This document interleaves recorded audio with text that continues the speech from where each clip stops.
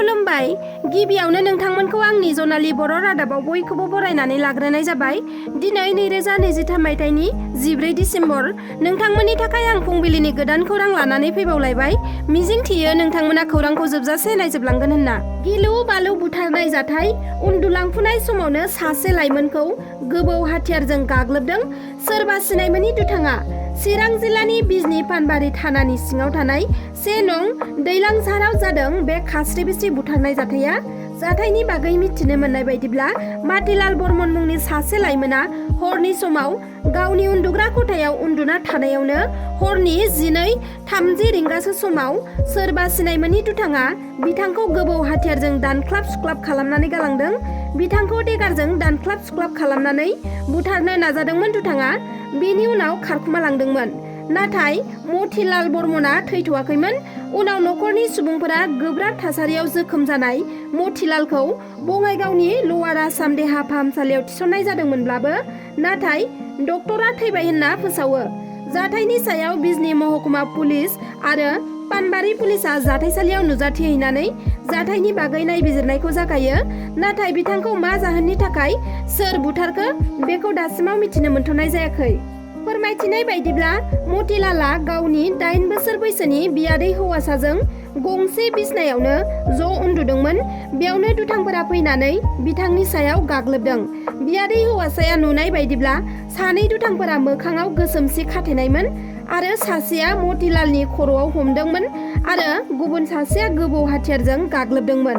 मतिलाल बिथांखौ बुथारग्रा दायनिगिरिखौ 24 घन्टानि गेजेरावनो हमनानै गोख्रों साजा होनो थाखाय पुलिस बिफानखौ खावलायदों नखरजों लोगोसे आख्रासुनिफ्रायबो। उत्तर प्रदेशनि लखनौआव मोनसे मुगैथाव जाथाय जादों। बेराम नायजानो फैनाय सासे 23 बोसोर बैसोनि हिन्जावसाखौ माखासे दुथांफोरा खारबाय थानाय गारि सिङावनो हानजायारि जिनाहारि खालामदों। मिथिनो मोननाय बायदिब्ला लखनौनि KGMU देहा फाहामसालियाव गोलाव समनिफ्रायनो मेलेमारि सावस्रि फाहामथाय लाबाय थानाय सासे हिन्जावसाया KGMUनि सेरावनो थानाय सातिम मिश्रा मुंनि सासे गलादारजों सिनायलायो आरो थांनाय 5 डिसेम्बर खालि हिन्जावसानि मबाइला चार्ज जोबनायलाय चार्ज होनो थाखाय दखानिनि मदद लादोंमोन। बिनि लेखायैनो सातिम मिश्राया हिन्जावसानि मबाइलखौ गंसे एम्बुलेन्स गारियाव चार्ज होदोंमोन। दान्दिसेनि उनाव जेब्ला हिन्जावसाया मबाइलखौ नागिरबोफिनो अब्ला मबाइला एम्बुलेन्स गारियाव थांफाबाय होनना बुंफ्लादोंमोन। जायखौ लायनो होननानै हिन्जावसाखौ गंसे वेगनार कारजों सातिम मिश्राया गावनि 2 लोगो महम्मद आलम आरो महम्मद जयेलखौ लाफानानै गारिजों थाङो आरो खारबाय थानाय गारि सिङावनो हरनि खाबुखौ लानानै साथामबो दुथां सुबुंफोरा हिन्जावसानो जरजबस्ति जौ लोंहोनानै हानजायारि जिनाहारि खालामो। जिनाहारि खालामखांनायनि उनाव दुथांफोरा हिन्जावसाखौ हरनि 12 रिंगासोआव लखनौ पलिटेकनिकनि साखाथियाव गारनानै गालांदोंमोन आरो दुथां साथामा खारखुमा लांदोंमोन। बे जाथाया जानानै थांखांनायनि उनाव हिन्जावसाया 10 डिसेम्बर खालारखालि लखनौनि बाजिरगन्ज पुलिस थानायाव मोनसे एजार होनाय जादोंमोन। सिख्लानि अजद बादिनो गोख्रों नायबिजिरनानै थांनाय मंगलबार खालि बाजिरगन्ज पुलिस बिफाना साथामबो दुथांफोरखौ हमनो हाबाय। मिथिनो मोननाय बायदिब्ला हिन्जावसाया बिहुति गनकुमति नोगोरनि रेंक थानाय सासे अफिसारनि फिसाजोमोन। दा हमनो हानाय साथामबो दुथांफोरखौ आयेन बादियै गोख्रों साजाखौ होनाय जासिगोन। गोजोनथाव रादाब। बर'नि जाखांफुनाय गोख्रों फुटबल गेलेगिरि गोगोमसार गयारिया गावनि गोख्रों गेलेनायजों गुबुन रायजोनि गेलेग्रा फोथारावबो मुंदांखा जानो हादों। दासान्दि सोलिबाय थानाय दिल्ली प्रिमियार लीगआव बयनिख्रुइबो बांसिन गल होनो हानानै दङ बर'नि फिसा गोगोमसार गयारिया। दिल्ली एफसिनि जानानै गोगोमसार गयारिया दासान्दि मोनफ्रोमबो मेचआवनो 2-3 गल सोनो हानायाव जाफुंसारदों। गोगोमसार गयारिया दिल्ली एफसिनि जानानै उननि खेलायावबो हारसिङैनो 2 गलखौ सोनो हाबावदों। बबेखानि गोगोमसार गयारिनि गल सोनाय हेफाजाबजों दिल्ली एफसिया 5-0 गलाव आहाबाद एफसिखौ गोरलैयैनो फेजेननो हादों। बेनि सिगांबो बिथाङा मोनसे मेचआव हेट्रिक गल सोनो हादोंमोन। मिथिना मोननाय बायदिब्ला दिल्ली प्रिमियार लीगआव गोगोमसार गयारियानो दासिम बांसिन मोन 10 गलखौ होनो हादों। मख'नो गोनांदि गोगोमसार गयारि गेलेनायखौ थांनाय साब चेम्पियनशिपआवबो जोबोर सोमोनांथाव गेलेनायखौ नुनो मोन्दोंमोन। बेबादिनो गावनि गेलेनायखौ दासान्दि दिल्ली प्रिमियार लीगआवबो गोख्रोङै सोलिहोबाय थादों बर'नि आगोमा फिसा गोगोमसार गयारि बिथाङा। मोनसे दुखुनांथाव खौरां, फिन आरोबाव हाग्रानि मैदेरनि उदखार। उदालगुरि जिल्लानि सिङाव थानाय माजबाद जिंगाबिल रायदावलां गामिनि गंब्रै बर' नखरफोरखौ मैया 40निफ्राय 50सो मैदेर फालोआ फैनानै हरनि समाव गंब्रै नखरफोरखौबो बुफाय बुसि खालामलाङो आरो थेर बेथेर खालामलाङो। गंब्रै नखरनि गोबां मुवा बेसादफोरखौ आलाय सिलाय बुफाय बुसि खालामनायजों लोगोसे गय बिफां बायदि बायदि बिफांफोरखौबो सिफायनानै गालांदों मैदेर फालोआ। हाग्रानि मैदेर फालोजों गाग्लोबजानायखौ खौरां मोननानै जयपुर बिसिडिसिनि मासिगिरि प्रदीप बसुमतारीजों लोगोसे इउपिपिएल हान्जानि गोबां सोद्रोमाफोरा जाथाय जानाय जायगायाव थांनानै खौरां लाहैदों। खौरांनि गेजेरजों मिथिनाय बायदिब्ला हाग्रानि मैदेर फालोजों गाग्लोबजानाय नखरफोरा जाबाय बिलिफां नार्जारी, महेश्वर ब्रह्म, भबेन बर' आरो रनजित बसुमतारीनि नखर। सोमोनांथाव जाथाय, सिखिरियानो अर जाना खामदों। बे सोमोनांथाव जाथायानो जादों सनितपुर जिल्लानि दिखियाजुलि ओनसोलनि हाइलागुरि गामियाव। मिथिना मोननाय बायदिब्ला सासे उन्दै हिन्जावसाया फरायसालिनिफ्राय न'आव फैनानै ओंखाम जाबाय थानाय समावनो मासे गोसोम सिखिरिया गथ'नि मोदोमाव बाफैदोंमोन। मोदोमाव बानाय गोसोम सिखिरिखौ जेब्ला गथ'आ मोदोमनिफ्राय बुखादोंमोन, बेयावनो सिखिरिया अर जानानै गथ'नि गाननाय गस्लायाव खामजोबदोंमोन।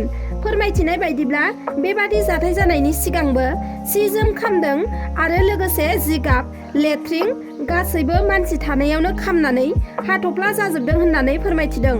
बेबादि गिलु बालु जाथाया जोंनि बर' समाजाव माबोरै जाखो बेखौ उनावसो मिथिना मोनसिगोन।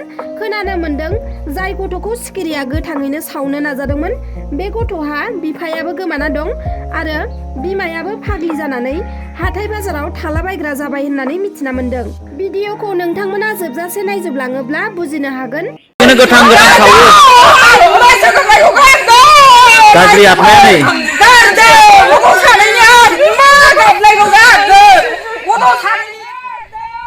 सनितपुर दिखियाजुलि हाइलागुरि होननाय गामियाव सासे गथ'नियाव बियो ओंखाम जाखांनानै आखाइ सुनाय समावनो मासे गोसोम सिख्रिया फैनानै बिनियाव बादोंमोन आरो बे सिख्रिखौ बुखारना गारनायावनो अर जोंब्लावनानै बिनि मोदोमनि सिफ्रा खामजोबदों। नोंथांमोना दान्दिसे नायनांगौ।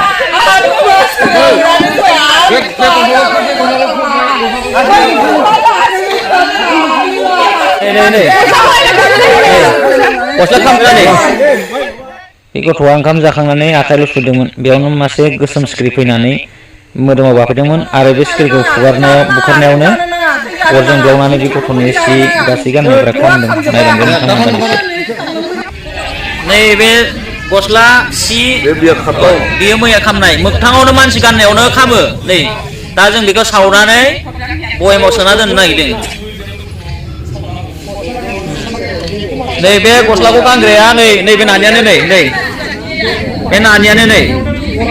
बे नानियानो दानि ओंखाम जानानै आखाइल' सुदोंमोन, बेयावनो गस्ला खामजोब्बाय बिनिया मोगथाङावनो नै गाननायाव खामखायो। नै दा बेखौ जोङो सावबाय, सावनानै बयेमाव सोसिगोन। नै गोबां मानसिफोर दं, नायगासिनो दं। नै गामिनि मानसिफोर बिसोरो नायगासिनो दं, खोनासंगासिनो दं। आसरित बाथ्रा आरोना, सोमोनांथाव, माने हमदांस' हायाखै मा जादों। नै गामिनि नायगासिनो दं। नै बिसोर न'खरनि गोजा।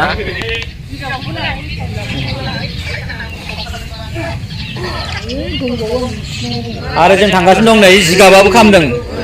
नैबे जिगाबमोन, बे जिगाबा माइ मारा होनानै दोननायमोन। बियो मानसिफोर थाबाय थानाय समावनो आसरित सोमोनांथाव हारसिंनो खामदों आरो बे जिगाबा। नोंथांमोना साननो नाङा जे सोरबा मानसि सावखुमादों होननानै, नाथाय मानसि थानायावनो नै खना खनला बाख्रियावबो खामदों, न' दरजा पर्दायाबो खामदों। नोंथांमोना नायलांबानो जाबाय। नैबे फायखानायाबो हारसिंनो मानसिफोर थानायावनो खामदों। दोनथ'बाय नै खामनायफ्रा नै बिदिनो खामजोबो नै खामजोब्बाय नै।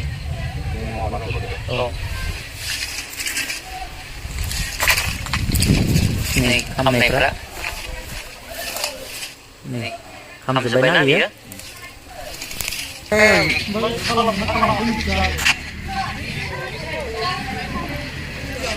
नैबे नानिनावनो ओंखाम जाखांनानै आखाइ सुनाय समाव एम्फौ बाफैदोंमोन। बे एम्फौआनो अर जानानै खामबाय। दायो नैबे गस्लाखौ सावगासिनो दङ नै। बे गाननाय गस्लाफोरखौ सावदों नै दायो। माखासे खामबाय नालाय ओंखायनो मा जादों होननानै सावनानै बेखौ हांगारखौ बयामाव दोननाय जासिगोन। दिनैनि खौराङा बेखिनियानोमोन। नोंथांमोना आंनि खौरांखौ जोबजासे नायजोबलांनायनि थाखाय रोजा रोजा साबायखर थाबाय। आरो जुदि नोंथांमोना आंनि चेनेलखौ साबस्क्राइब खालामाखैब्ला अन्नानै साबस्क्राइब खालामनानै लादो। लोगोसे लाइक, शेयार, कमेन्ट खालामनो दाबाव। एसेनोसै, गोजोन्थों।